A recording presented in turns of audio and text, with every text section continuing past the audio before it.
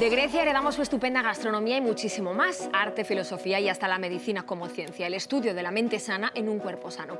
Y esa idea que heredaron los antiguos romanos se mantiene plenamente vigente en el siglo XXI, como bien sabe nuestra siguiente invitada, que es Nazaret Castellanos, doctora en neurociencia y autora del libro Neurociencia del cuerpo, cómo el organismo esculpe el cerebro, porque todo lo que hacemos se queda grabado en el cerebro, empezando, doctora, por lo que hemos comido en nuestra infancia.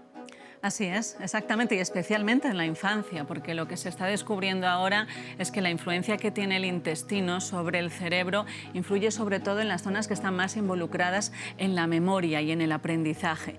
Por tanto, lo que comemos también marca aquello que aprendemos y aquello que guardamos.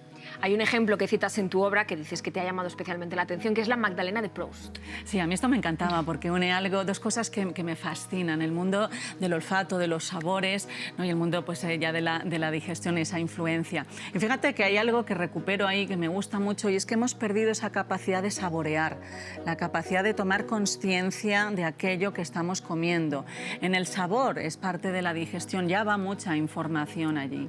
¿Por qué el malestar mental, el malestar psicológico que podamos tener se puede ver agravado a base de bollos, de magdalenas? Pues porque fíjate, cuando nosotros en el intestino, allí habitan una serie de microorganismos, que es lo que llamamos microbiota. Esa microbiota está formada principalmente por bacterias. Pues la dinámica, la actividad de esas bacterias influye a través del nervio vago que va vagabundeando por el cuerpo, llega hasta el cerebro y le informa de lo que está sucediendo allí. De tal forma que lo que suceda a la salud de nuestro intestino repercute en la salud mental, en el funcionamiento cerebral, porque afecta a zonas muy involucradas en las emociones, en la expresión de las emociones, en el estado de ánimo, en la vitalidad. Eso también tiene sus centros en el cerebro. ¿Y qué pasa exactamente en nuestra microbiota cuando tomamos mucha bollería industrial, muchas magdalenas, muchos pasteles? ¿Qué pasa ahí dentro para que nos afecte tanto mentalmente como físicamente? Pues mira, afortunadamente cada vez hay más estudios en diferentes culturas que nos hablan, un poco nos advierten de ese uso regular de ese tipo de comida. Lo que nos dicen los estudios es que cuando tomamos de forma frecuente, regular, la comida basura, y la comunidad científica entiende por comida basura alimentos procesados, bollería industrial, bebidas enlatadas, aperitivos salados. Cuando esto se toma de forma regular, influye a través de ese eje intestino-cerebro en las partes del cerebro que están más involucradas, sobre todo en ese cerebro social. Lo que nos dice también los estudios es que esto es especialmente importante en la infancia. Fíjate que había un estudio que mostraba que si una mamá gestante durante el embarazo había tomado ese tipo de comida, esto influía en la salud mental y sobre todo en la capacidad de relacionarse del niño hasta 5 años después.